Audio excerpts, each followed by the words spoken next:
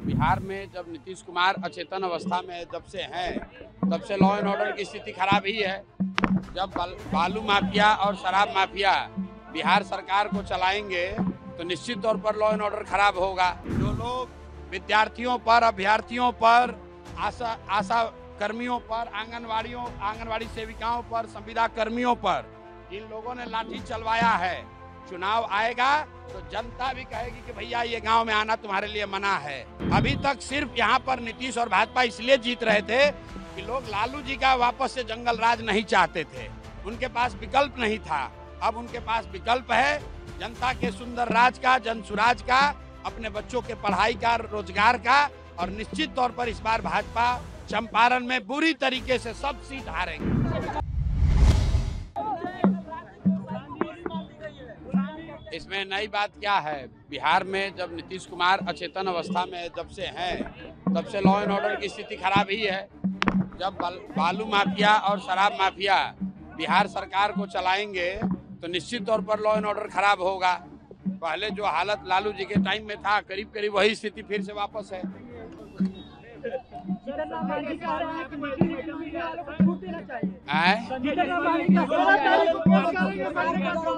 कौन केस करेगा? कहावत सुने ना, गीदड़ का मौत आता है तो शहर की ओर भागता है।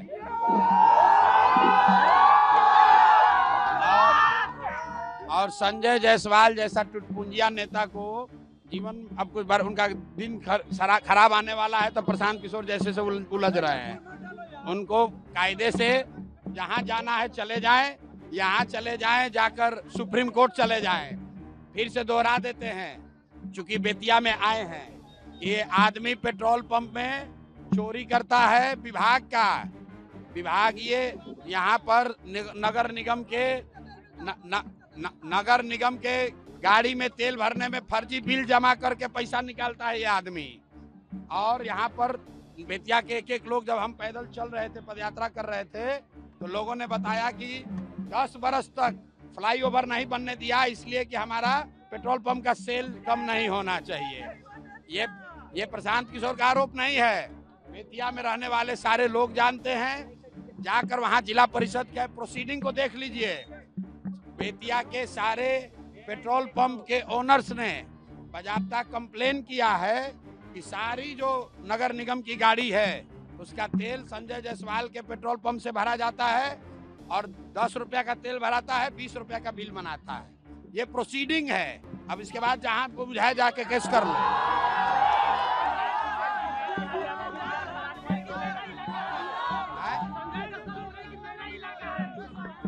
भाई ये किसका इलाका है जरा देख लो, हम यहाँ बैठे हुए हैं। किसका इलाका है बताओ भाई? ये बिहार, रुको, ये बिहार के युवाओं का इलाका है।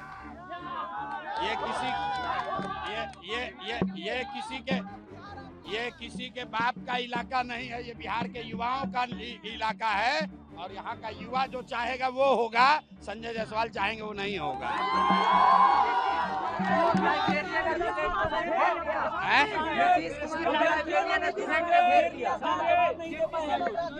भाई हम नीतीश कुमार को घेरा है, हमने आपको कहा है चुनाव आने दीजिए।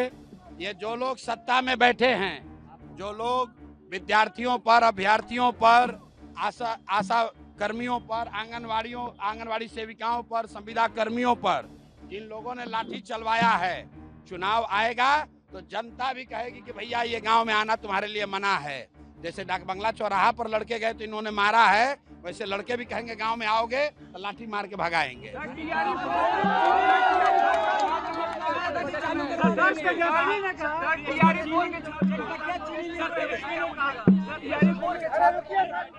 भाई जब छात्र मारे जाते हैं, आपके हमारे घर का बच्चा कोई पटना में पीटा जाता है और आप फिर जाकर उसी नेता को वोट देंगे तो मार तो पड़ेगी ही पड़ेगी।